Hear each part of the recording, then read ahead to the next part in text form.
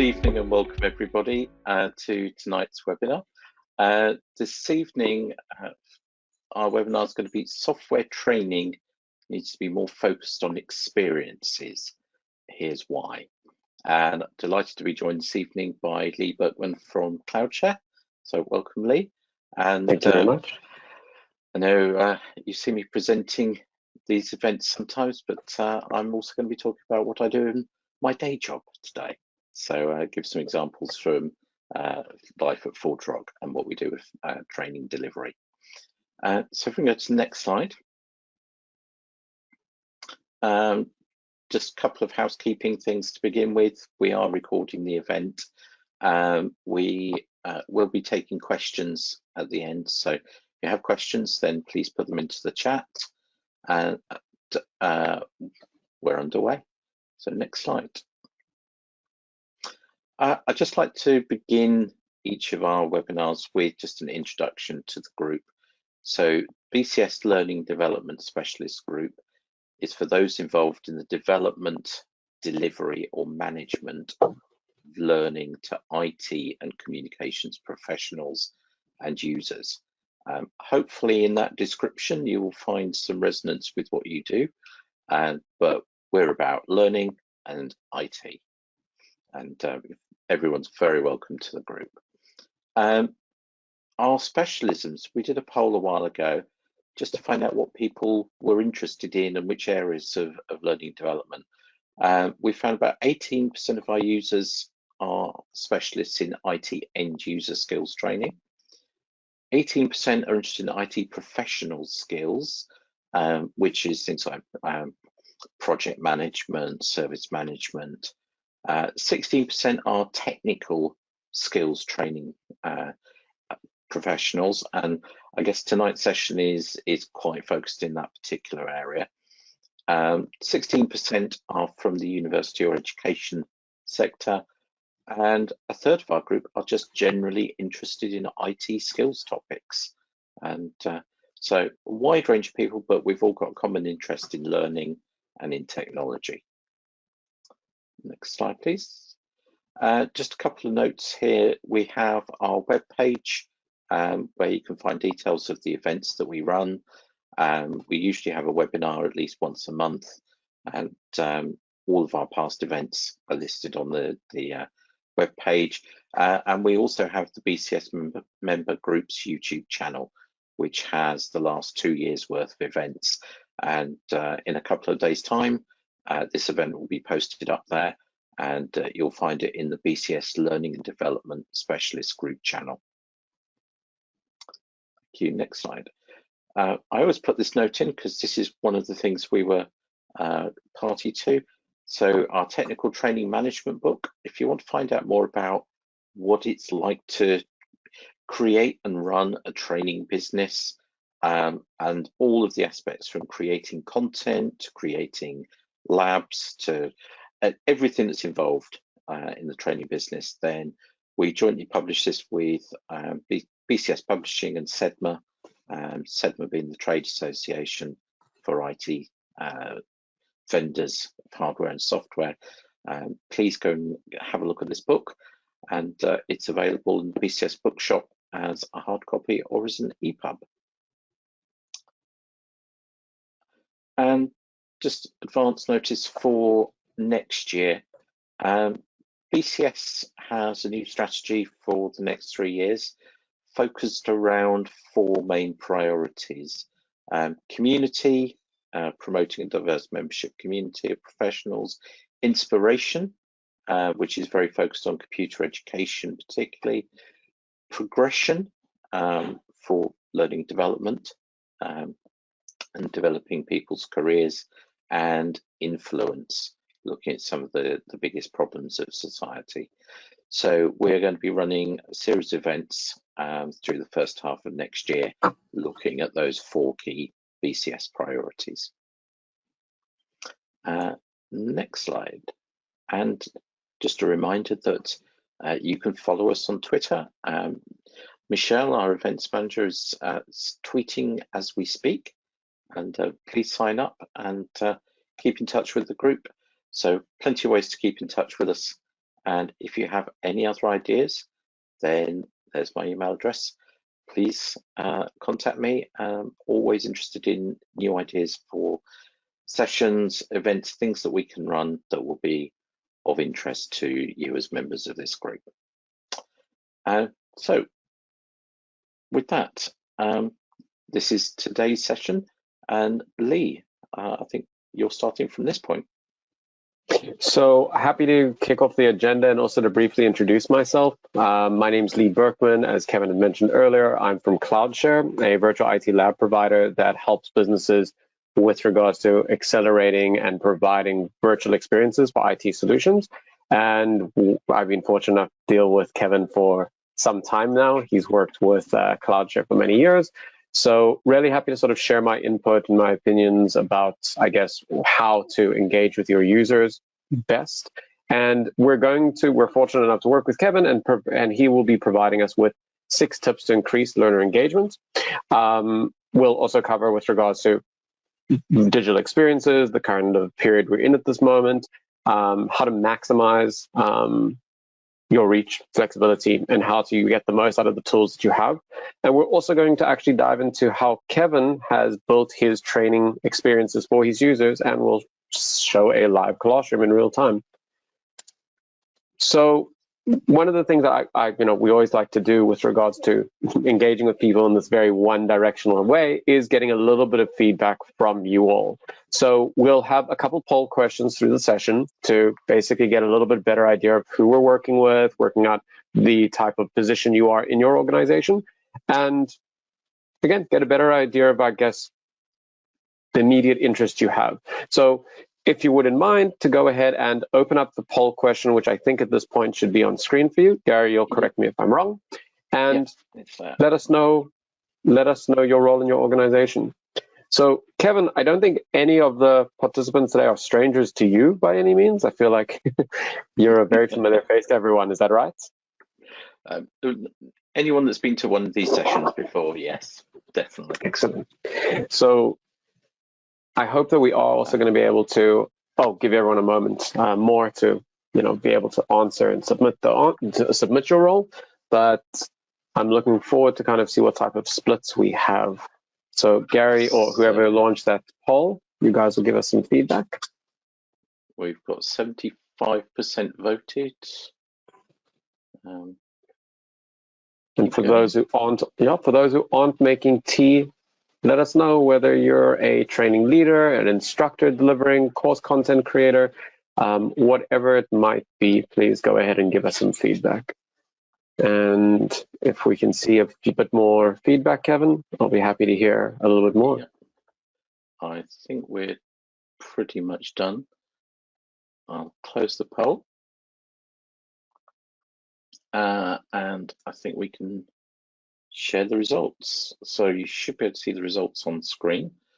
So 22% are training managers, 11% are L&D professionals, and 67% are other. Which, interesting. So in the chat, please do also communicate with us and feel free to ask questions that we'll either address during the session or at the end of the session. And again, let us know what other means. We'll be very interested to know. So diving into a little bit more about our topics today and why experiences even matter. And it sounds like a relatively soft topic in a space of hard truths when it comes to training materials and information transfer. But at the end of the day, when we refer to experiences, we're not just referring to schmoozing and providing, I guess, clean presentations, but it's actually about business results. And this is industry, cross industries. It's not specific to a, unique vertical. So what we've basically seen in the years of being able to deliver remote experiences and seeing such a demand for it in the last 2 years with this COVID lifestyle that we're all now very familiar with, and confident, jumping onto multiple webinars every week, every month. What we are seeing is that being able to provide users with powerful experiences and valuable experiences drives customer loyalty, which results in so much more than just your user getting a better feel or experience of what service or software solution you're providing. but it gives results back when it comes to actual customer retention, increase in business expansions, repeat purchases, and again, your customer lifetime. So it reduces churn as well, the more your user understands what you're actually offering. But again, it's more about how are they getting that experience, how are they learning your solution. And the more experiences or the better experiences you can deliver and drive for your clients and customers and audience is also going to make it more likely that they're going to be committed to you as a primary supplier. And again, based on those other points we just mentioned, natural results of that is often increased revenue. So knowing a little bit of this really kind of changes, I think, how we do things. And what, you know, moving to this remote world and digital experiences, one of the things that presents in like challenges for us is that everyone has far more distractions. People working from home, we're finding out more and more about just general life getting in the way where working in an office environment wasn't necessarily the case. Instant messaging, remote communication constantly with regards to getting far more emails, far more instant messages on personal chat applications, and then Microsoft Teams, Slack, and so on. So to keep your audience engaged and focused on what you're trying to deliver, you need to really make sure that you're doing a number of things right. And some of those points have to do with making sure that the materials that you're giving and presenting is personalized to your audience. So not just something that's cookie cutter, can be replicated at scale, it needs to be replicated at scale, but you need to make sure that you're actually uniquely tailoring it to who should be working with your materials. It needs to be engaging, obviously, that's what we're referring to. We're referring to real world experiences and making sure that things aren't going to be, again, a two-dimensional cutout, box cutout. So you really need to make sure that you put the effort into the materials that are being delivered and the way that they're accessing it. So at this point, we're going to give Kevin the spotlight in a moment and actually share again some of the things that he's learned. And I think being such a forward thinker and ahead of the curve when it came to adoption for best technologies for remote learning, Kevin, without embarrassing you, how many years have you been delivering remote experiences to users? Well, at least nearly 10 years with ForgeRock, but probably nearer 20 years. So I've been doing it a long time. And I think what's so crucial, and I'm going to kind of like tease a little bit about some of the concepts that I think Kevin brought to the table in our preparation for this, is the capability and ability for, so again, things that we've learned from Kevin as well. Global collaboration for content creation, making sure you have all the right teams and all the right experts that can work in one place and standardize the materials. Kevin will discuss that in more detail of how he does it. And again, grow global distribution for your end users, making sure that the tools you use are making it not just great for your users, which is essential, but also how you do things internally, how you manage your own content and so on. So before I hand over to Kevin, to make sure we haven't lost anyone just yet, and I promise we're not going to make this a full chore for you, but we'd love to get a little bit more insight, get an idea of, because we're going to be discussing these hands-on experiences, remote learning, IT focused on virtual labs. Virtual lab being a virtual environment that you can install software and replicate it, deliver it through a web browser or whatever other technology connection of your choice. And again, we'll show a live demo at the end of the session. But if the poll hasn't been submitted yet, can we go ahead and kick that off so everyone can answer? So are you today currently using virtual labs for your customer training? And I think this will be, a real indicator of kind of, is this new to you? Is this something that you're interested and you've been kind of sort of, I guess, preparing for, scoping out, or is it completely foreign to you?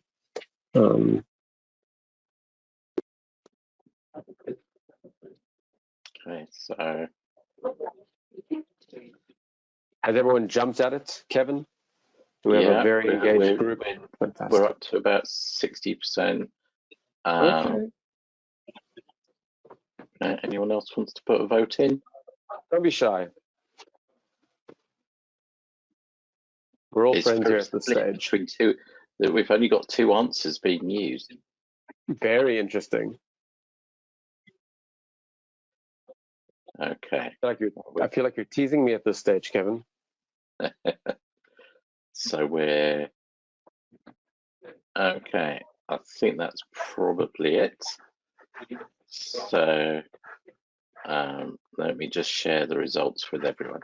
So are you currently using virtual labs for customer training? 71% says yes. And 29% no plans to purchase. So great. That's quite interesting. 71% are already using virtual labs. Very interesting. We would love to find out a little bit more about what are you using, how do you do it, how long have you been using it for? Please go ahead and share in the chat and give us some insights with regards to how you do it, and maybe even present some of the challenges you have. Perhaps we could actually address some of the questions or feedback at the end of the session as well, especially based on challenges.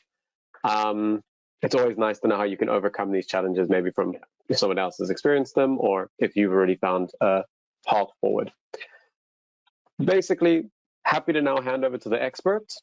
So, Kevin, putting you back in the spotlight, so I'm always happy to do. Time to share, I guess, your wisdom with everyone. Okay, so the first thing that we're going to look at is what matters to learners. So we're going to come on to what's behind the scenes in the environment later, but we've got to think about things from the learner's perspective. And first thing we've got to think about is making the training very personalized.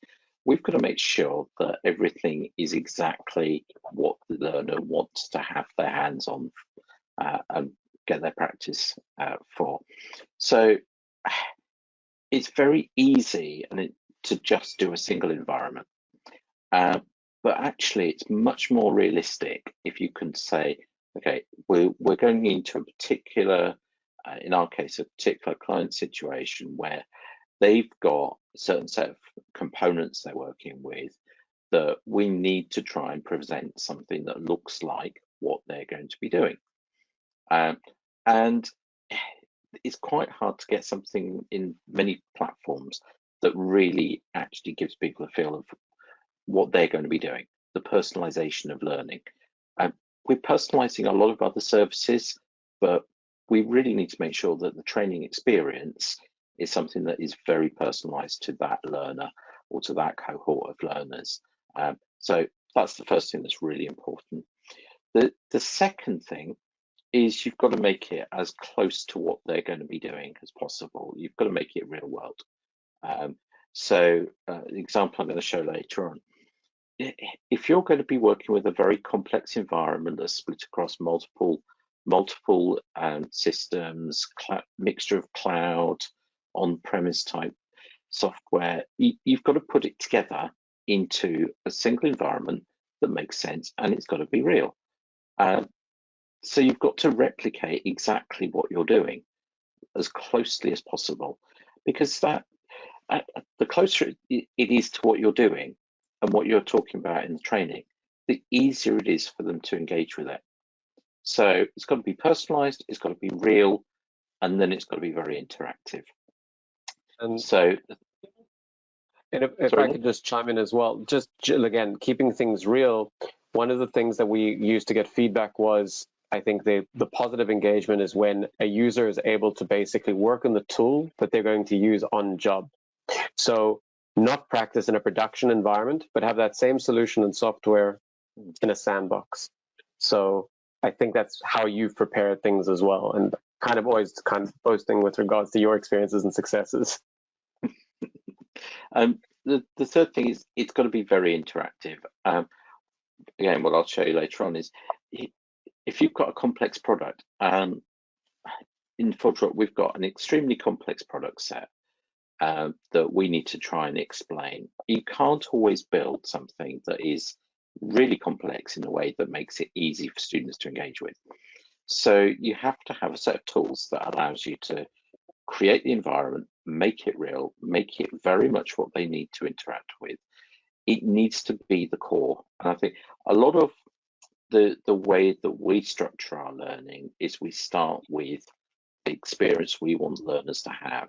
We need them to be able to go and repeat what they've done in the class for real on a live environment, and it's complex. So we've got to give them that real platform, and we've got to allow them to play with it.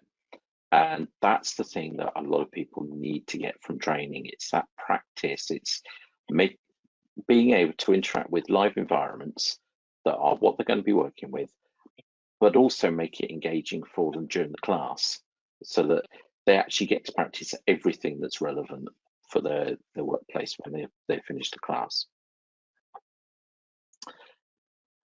Next slide. Do you want to try anything to that, or let's flip over to the next slide? So, and it's something that we drive all the time in our value propositions with regards to how we offer our solutions. Like, it has to be interactive. Like, the headline is like as clear as it comes. Your explanation makes so much sense, and it's evidence as well that we see for longer term engagements as well with end users. You're going to have far more time with the user actually investing their allocation of effort to something that they can be hands-on with and interact with, versus something that's a video that you have to watch and or simply slides, materials to read over. So absolutely. Okay. So the next thing is easy access to content. You've got to make sure everything integrates cleanly. So we've got to integrate your LMS. So one of the things that we do that is very important is we only register a student once. That gives them access to the course materials. It gives them access to the labs. It's all done through automation. It makes sure that students get everything that they need. And we've got a deeply integrated technology stack, so that the LMS talks to the lab platform, talks to the material providing platform, and single click, and students get everything. So I think the integration of the technology stack is a really important aspect of what we do. The fifth one, training continuously. If you think, learners are always trying to get the latest updates, but you've got to think about learners at all stages of their journey. Some people have got really at the beginning with your products. Some people are just getting their hands on, getting to become the sort of first level expert. Some people are deep experts already, and they just want to do things like we've got a use case for accreditation programs, where people have been using our technology for a long time, want to get their hands on and prove themselves they can build a use case that is ready for a large scale deployment and have that all assessed. Now, they're already used to the same in the lab environment. So we use the same tools no matter what stage of the learner's journey that we're on. And that allows us to sort of use a small set of tools to provide a really consistent journey. And I think that consistency is one thing that's always central for me. Is you don't want learners learning lots of different tools because they're at a different stage of the journey. You've got to provide the same thing to them, no matter what stage of learning they're at. And sixth one, collaboration globally. I was explaining to Lee, my team goes from Melbourne in Australia through Norway, the UK, France, and right the way through the US. And that's just my course development team. They all need to collaborate with each other. So I've currently got a course developer in Australia working with a course developer in the UK. And they need to build the lab environment together. Well, that means you've got to have a tool that allows you to collaborate globally. And that's quite difficult to do when it comes to labs. But the value of that is if everyone collaborates together, produces one environment for the students that's got everything baked into it, you can then also use that globally as the teaching platform. So you really need to use the power of the cloud to get that. So everyone's using the same platform for creating content and also distributing content. That's very hard to achieve, and that's one of the key things we've been able to do is to have one place to go. Doesn't matter what you're doing, everyone's collaborating in the same location, and then that work is then shared out. And I think what's so important there as well is, well, on topic 5, actually, like going back a little bit when we were talking about the entire customer journey, it's everything from when you need to onboard your client, to when you've released new products, to when you have troubleshooting in a solution where they've run into an issue of not being able to complete something in their live production environment. So it's almost like a learning curve for something that isn't a module that they've had before recently, and there might be a change. You can basically go through the learning curve outside of what their production environment is. And that stuff you see as well, Kevin, like different methods and different points constantly with new clients and old clients, the same. Yeah. And the globalization is just, I think, so much more magnified now with regards to how we've just sort of started communicating and working remotely, even with teams not far from us, but not being able to see people face to face every day. That's the one that I find interesting, because it's actually something that has been part of my world for a long time. But I came from the world of, so Sun Microsystems was into this 20 years ago. So I've got to say, I've had a lot of people asking me in the training world, how did you manage the transition when COVID hit? And it was, what transition? What transition? Yeah. I was already delivering classes remotely, delivering our labs remotely. I've got people I've got some customers that are learning in Hong Kong and China that are doing exactly the same labs as people in India are doing. We've got the same resources. Nothing changed. Literally nothing changed. So even some quite large enterprises, software and hardware vendors, were going, how do we adapt to this new world? And I didn't have to do anything. So I think that's the power of what we've been able to achieve by using the right tools, and particularly focusing on the learner first and the learner's experience, no matter where they are in the world. And the benefit really played out for us when COVID hit, because we were ready to go and we really just didn't miss a beat. And on that, with regards to, I think, the sort of requests you have and so on, do you find that you're getting more training requests now than you were prior COVID? Like the fact that people are almost needing a little bit more structure? It has shifted. We're doing less public classroom scheduled training. We're still doing it, but the idea of the public schedule is definitely decreasing. But a lot more customized content, personalized content, very organization specific, group specific, everything that we were just talking about on the previous slide. People want personalized learning experiences, and they want it to be what they're doing with their content, with the software that they're using, the integrations they're doing. So that personalization is absolutely coming to play now. Excellent. And to make sure we haven't lost everyone just yet, because I'm still not seeing that chat popping up, this will be the last one, I promise. But with regards to training objectives, what are the top challenges that you're facing with regards to achieving your goals? If you wouldn't mind opening up that poll for everyone to answer, please. And again, share some additional insights that maybe don't come up from the multiple choice right now. But I always find this so interesting in the diversity a lot of the time, but so often the common threads. And Kevin, maybe, you lead a team, again, global as well. You've got some members close to you, and I think you've given a lot of responsibility to certain leaderships in your training organization. What are some of your challenges? I think the one that I'm continually working with is integration,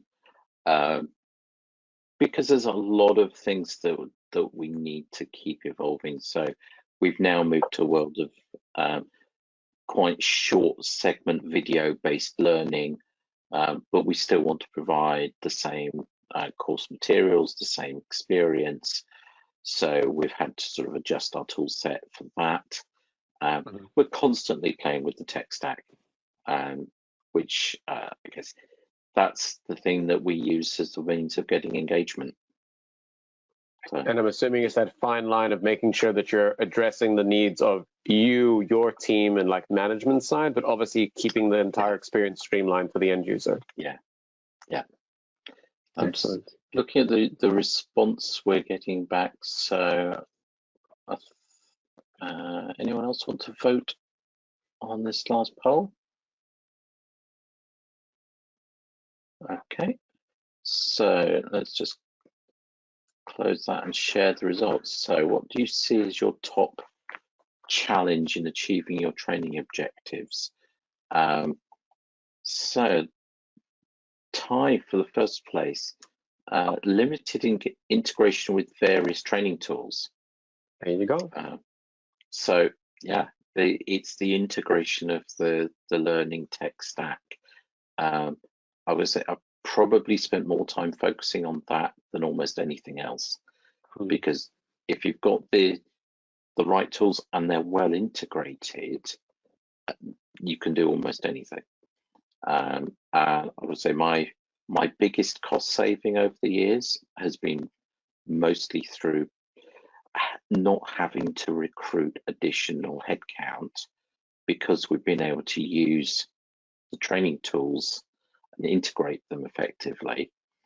And that's meant I've been able to invest in course developers and creating content and creating more labs. And it's really paid off, because we've created far more content than we would have done had we not integrated the tools. And on exactly the same score, lack of engagement. So making learning relevant, making it engaging, making it real. And the last one, 14%, said lack of budget. So okay. Yeah. And I guess that's something you mentioned as well with how you manage your team, that you are able to do so much and like focus your expenses on the correct tools and content versus having to grow headcount. So I guess the right tools and the right vendors are able to help you do that, manage your costs effectively. Yeah. Amazing. So we couldn't have also better answers with regards to the topic today, I suppose. Brilliant. I mean, thanks very much for sharing, everyone.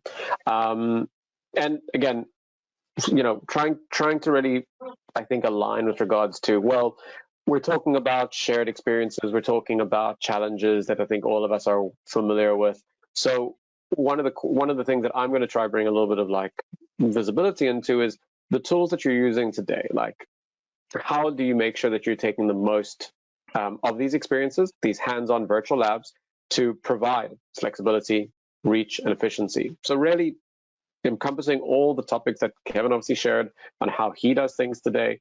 And I'm going to focus on with regards to the sort of experience that I've had working at CloudShare, and really kind of even the general progression. And Kevin, you've been with CloudShare for, I think, longer than I've worked at CloudShare, fortunately enough. So you've actually seen the progression of the platform. You've seen the sort of direction of where our product's grown into, where our focus is, and I think so much visibility, which some of the topics I'll bring up now. And I think, Kevin, you're also like one of the driving factors for some of these points even. So we're like, it's always nice to get some airtime with you.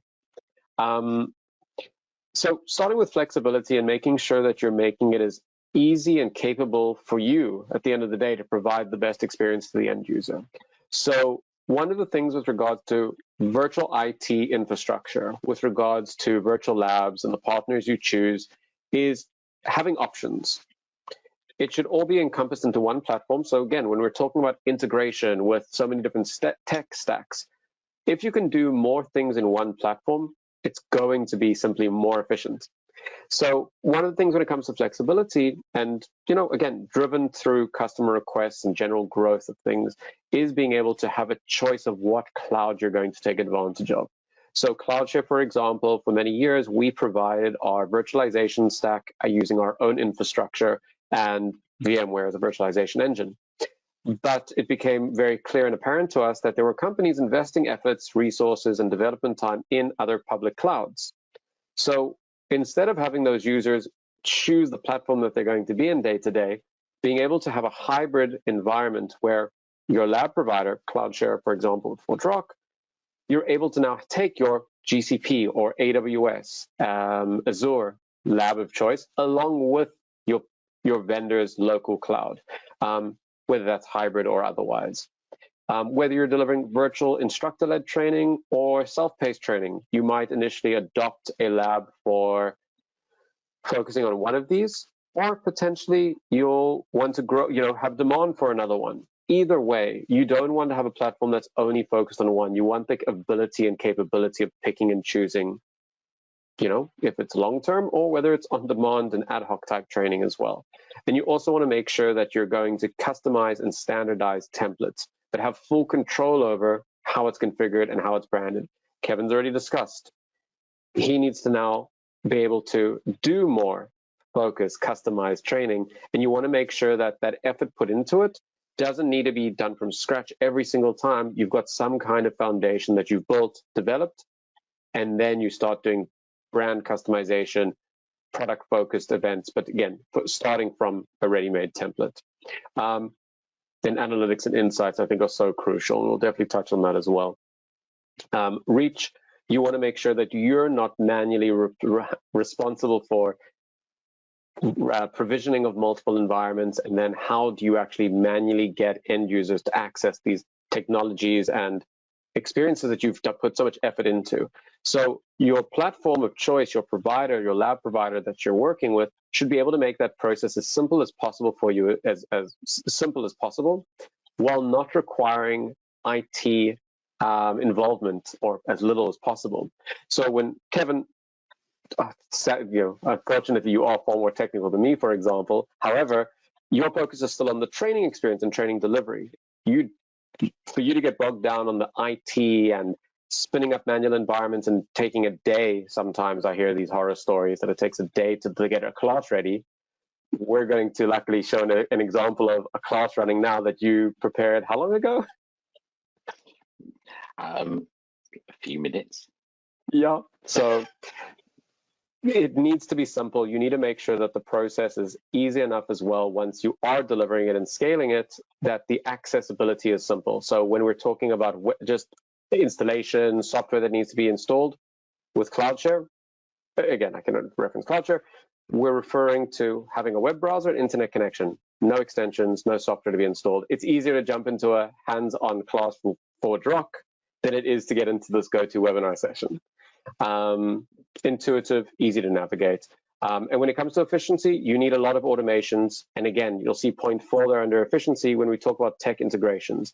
So you want to make sure that your system is able to work for you. When you have students in class, are you able to identify inactivity? Are you going to have environments running up costs without control?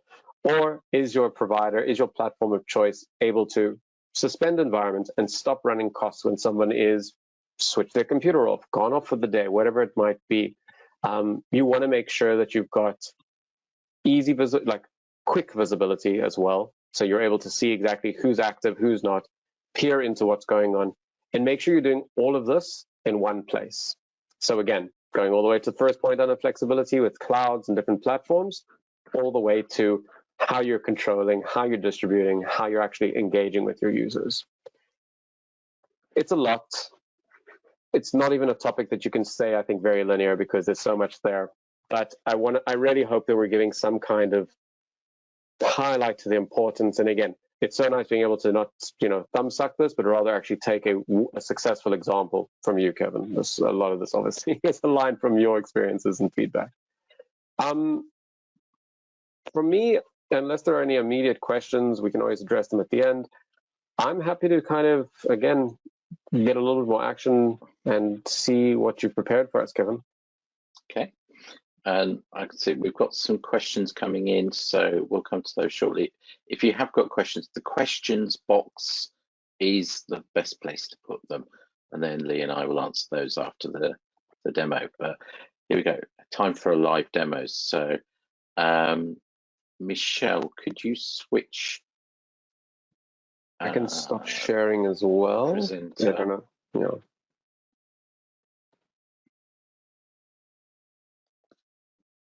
I wonder if I can actually give you the control. Perfect. It's just coming. So, okay, so this is a real world environment from the world of ForgeRock. So what I've got here is quite a complex environment that we need to replicate for our students. It's a hybrid environment. We've got a desktop client, which the student's going to be working with in order to do their labs. That's a Linux machine. And we've got a whole bunch of services that we need to set up that we're going to do in Google Cloud. So hybrid environment. To set this up, the first time round when the course developer's developing it, it's taking them best part of a day to build the environment, get all the components together, get all the configuration together. But hopefully we can see from this diagram, it's a pretty rich environment with lots of elements. We've got lots of additional software like Scaffold that we're using, a whole bunch of Kubernetes utilities. So fairly complex setup that we're trying to produce. But if I go over to CloudShare, what we've actually got, I've got an environment pre-set up by the course developer, and that's already been saved as a template. And what I've got in that template is just the client side of it, which is the CentOS machine that the student's going to log into. But that is what most organizations do. They have a list of machines that they've created, but now we need to turn that into a hybrid environment. So I now need to add all of the configuration of what we're doing with Google Cloud. It's Google Cloud because that's the platform that we use for development. That's our preferred provider. It could be Azure, it could be AWS. We just happen to focus on Google Cloud. But what's most important is this external resource script. So we have a number of scripts that are preset that build our environment. So this one, creating all of the resources in the cloud. If I go down to this menu, and hopefully, obviously when we're waiting for a page to load, it's going to feel forever. So I go down, look at our list of courses. So right, I want to have a look at the script that we've created. And the nice thing in this environment is it's using Terraform to build everything. And here we go. Here's the Terraform script. So we've got a script that we've created that does everything that we need to do in order to build the environment in Google Cloud. So quite a complex set of machines. So we've got client machines that are set up. We've got a whole environment being set up in Google Cloud, everything being tied together. This takes a long time to create. So we've captured all of that in the environment. So I'm now going to sort of start up that environment. I've got everything set. I've done this previously just so we can save a bit of time here. But if I click on the tab, and what's worth mentioning is all of that preparation and stuff has been a joint effort with all of these specialists and content specialists and tech experts that Kevin has, and that work is done once off. It's revised, it's reviewed, it's updated. But once you've got that preparation, all of a sudden you've got the capability, Kevin, to now deliver a class on the fly, deliver that to 10 or 100 users in any time. And we can adjust that script, we can adjust the setup very, very easily. So what we've now got, it looks fairly straightforward, but in the browser, we've got a terminal that's got everything pre-installed, ready to go. But on the left-hand side, we've got all of the compute instances everything that we need for Google Cloud. This is everything that we've got running. So see, we have a lot of things happening in the background. All of that's been pre-set up. So that makes it very, very straightforward. So the learner's got everything they need at their fingertips. So if I now go across here, what does it actually take to build one of these environments? We've got everything set up.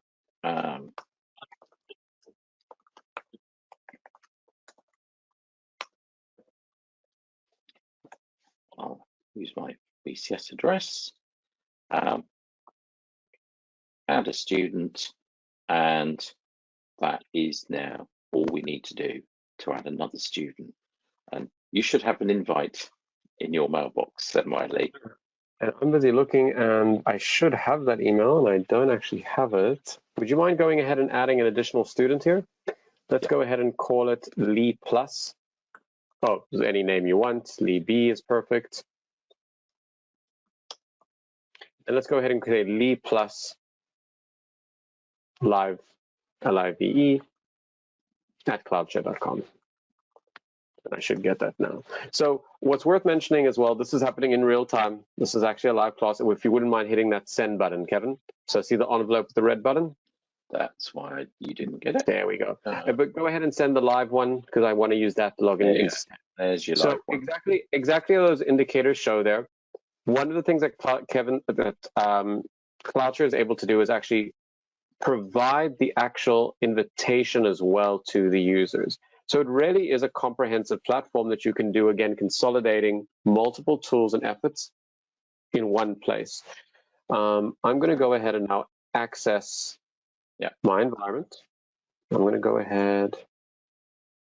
Perfect.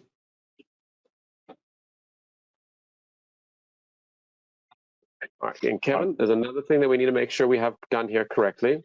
So you've set a start time for the class at 7 p.m. for Eastern time. We are not there yet. So if we go to the bottom arrow under time, and we can either change the start time for that time zone to 2 p.m.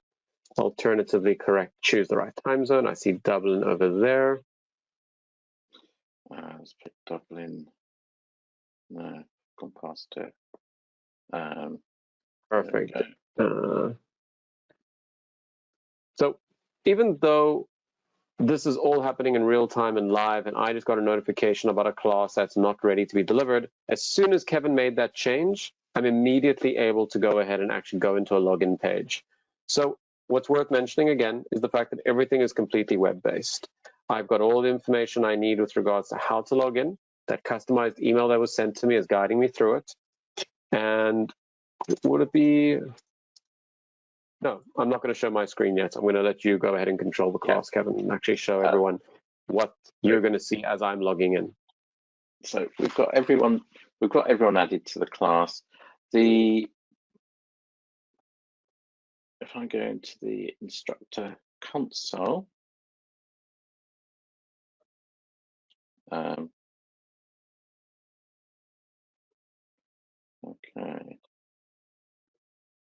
we should be able to see your system in a second. So I'm in the wrong machine. So once I change to a correct machine here, and what's really nice is Kevin showed the experience as an admin user accessing this environment. I have the exact same environment experience right here. So what I'm doing now is I'm able to actually go ahead and open up folders, and this thumbnail is going to constantly be updated. So Kevin, maybe if you click on the 3 dots, oh, it's already live. Oh, you've got your live by default. Very impressive. I haven't seen that.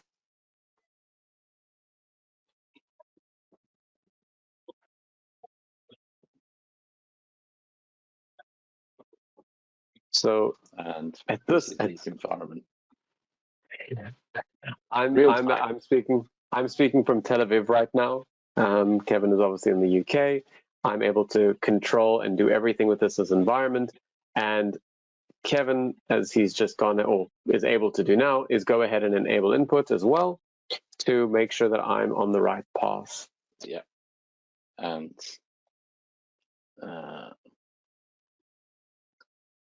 so I can even take over. And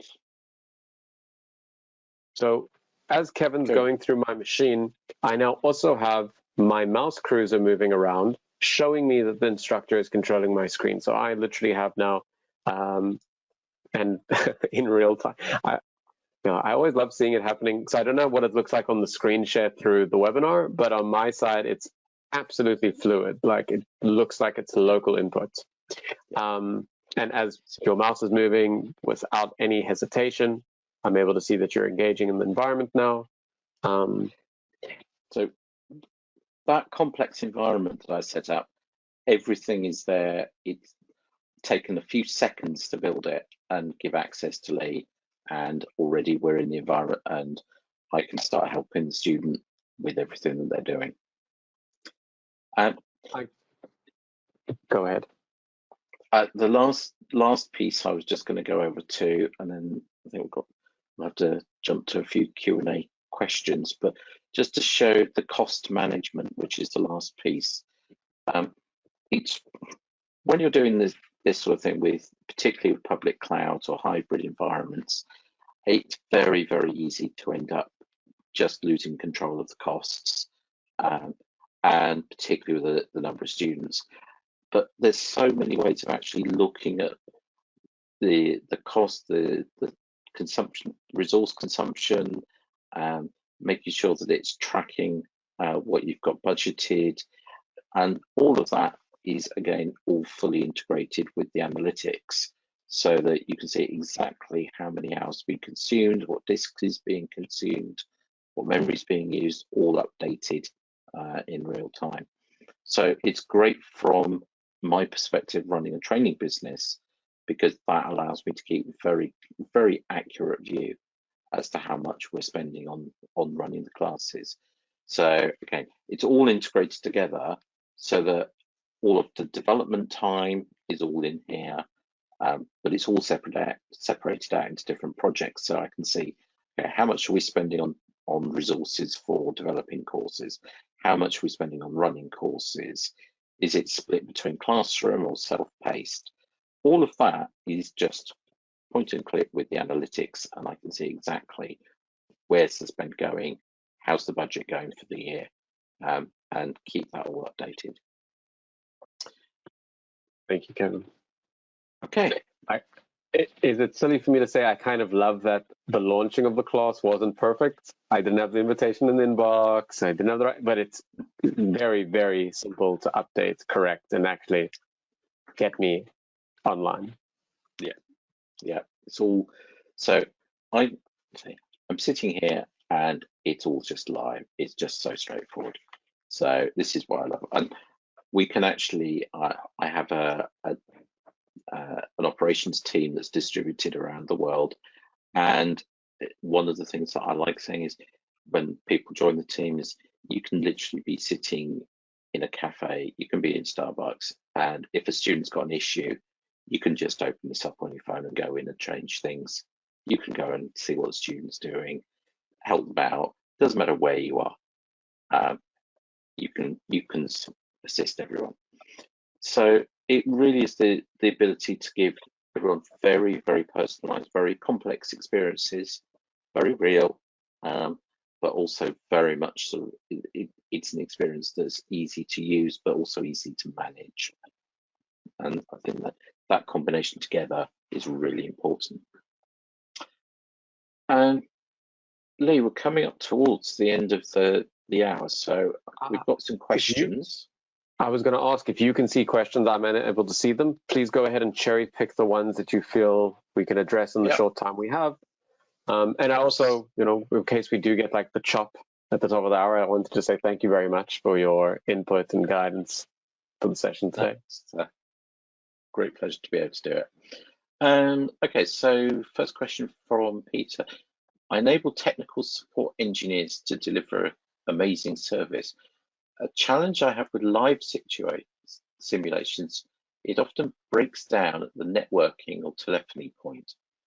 for example, where the technology or applications needs to connect via the network to another service, or we're practicing call handling and trying to drive a live system and fake up live calls. So a couple of things in that. One is integration with live services. So another scenario that we work with is we have a cloud service, we have a SaaS offering that we need to connect to, we need to simulate that. We connect all of these together in the virtual lab environment. So another classroom setup we've got local machines, we've got machines in Google Cloud, we've also got external systems that we've fired up that we've connected together into the same student environment, so that you can get access to live services that are running on the internet. So it's not just a constrained environment within just the lab environment. You can go out to external services. You can even have external services calling in. So we've got one case where we've got an AD server, Active Directory server, running inside CloudShare, and we get one of our live services to call into that to show how that operates, so that you can see what's going on.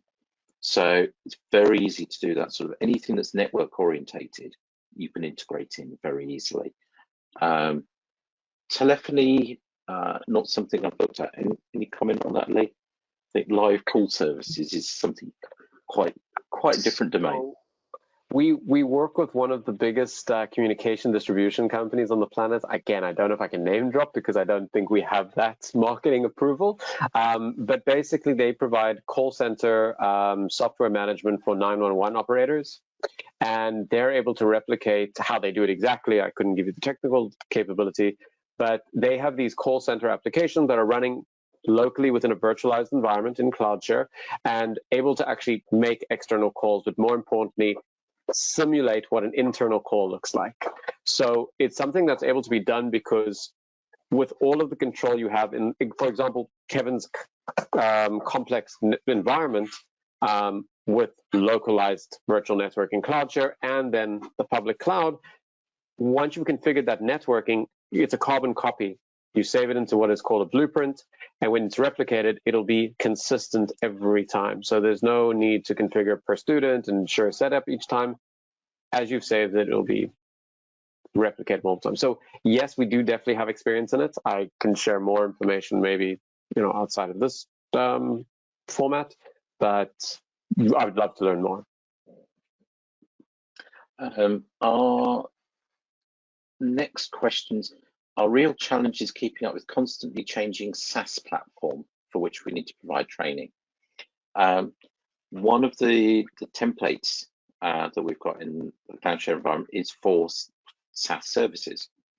So you can actually build your training around the SaaS template and give access to the SaaS service. And for example, what we do with our SaaS platform is we have demo clients that are exactly the same as live clients, but just for the purposes of training or proof of concepts, and we connect them directly to the lab environment. So we have an even more, an even richer environment where we've got client systems, hybrid elements in the public cloud, and we've also got connections to SaaS. And because the course content changes quite rapidly, what I think I've got to the point where I think for our main SaaS platform, we're doing a release about every 6 weeks now, with updates. The lab environment is almost the easiest thing to deal with, because we just go in, we adjust the Terraform script, or we go in and adjust what we're connecting to in the SaaS template, and we're push a button and it's distributed back out to all of the training partners that are delivering training. So very easy to do. A harder challenge with SaaS is having a method for building course books that can keep pace. And totally, that's a subject for another webinar, but we've cracked that one as well. And we've done that by using a lot of DevOps tooling and Markdown. but yeah, it's possible to keep up with a constantly changing SaaS platform.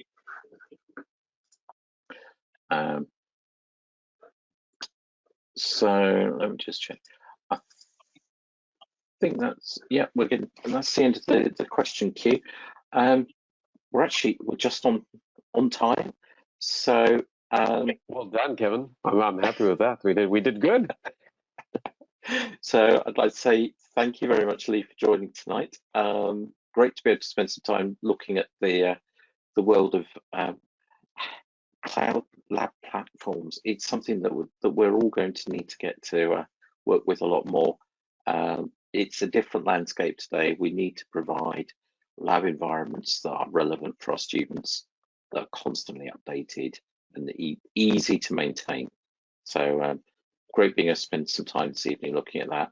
So thank you, Lee, for joining, and Thank you so much for having me. joining the session.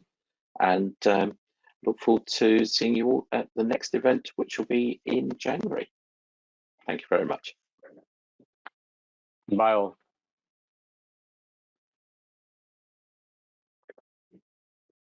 Kevin, we can stay on and just keep chatting. Like, I'm okay with that.